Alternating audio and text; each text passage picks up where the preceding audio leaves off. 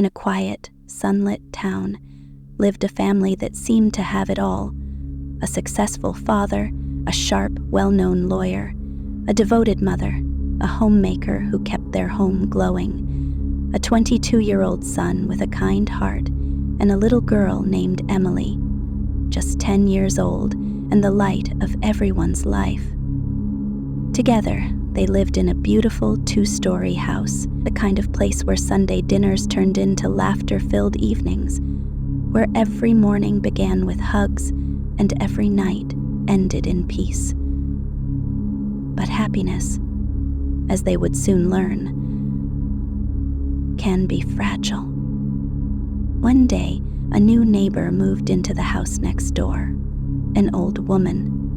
Her skin was covered in blisters and boils, her back was hunched, her teeth blackened and rotting. She never left her house, never smiled, but she watched, always watching, through a tiny hole in her curtain, her gaze always fixed on Emily. The family found her unsettling, yes, but they shrugged it off. After all, strange neighbors were nothing new, or so they thought. One afternoon, Emily was playing catch with her father in the yard. A strong throw sent the ball over the fence into the neighbor's lawn. Emily jogged over to retrieve it. The moment her foot touched the neighbor's grass, the old woman appeared beside her, like a shadow sliding from the wall. She leaned in and whispered something. A strange, hissing sound, words that didn't belong in any human language. Emily froze, and from that moment, everything changed. That night, Emily woke up, gasping for air. She said someone had been in her room, said she heard knocking inside her closet, said she felt someone breathing next to her in bed. Red marks appeared on her neck, finger-shaped bruises, as if something was strangling her in her sleep. She stopped eating. She stopped laughing. Her eyes lost their shine. She began to whisper things, chanting in her sleep, gibberish, or maybe something older. At midnight, the family started hearing something. A distant chant, faint drums, whispering voices carried through the wind. Then, Emily began chanting along, as if she understood every word.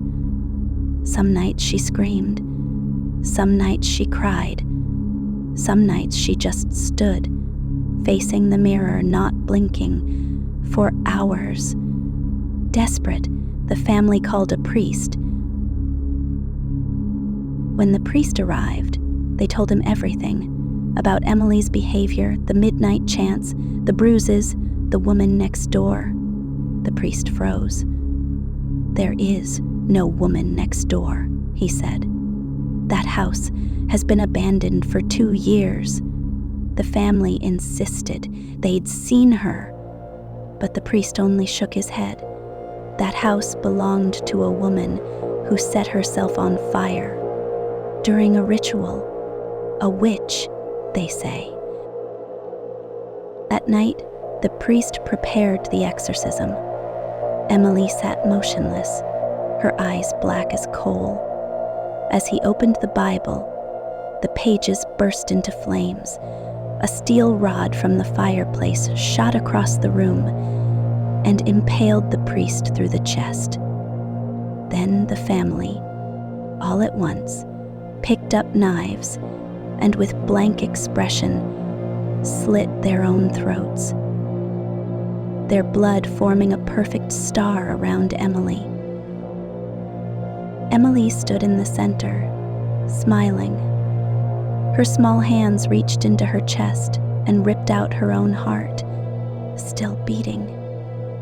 As her blood soaked the floor, the house began to shake. The star glowed, and from it, something ancient began to rise, a shape not meant for human eyes, a being of shadows, teeth, and hunger. The next morning, the house stood silent, empty. No trace of the family remained.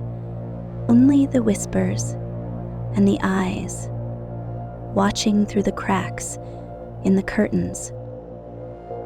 Evil doesn't knock, it waits, next door,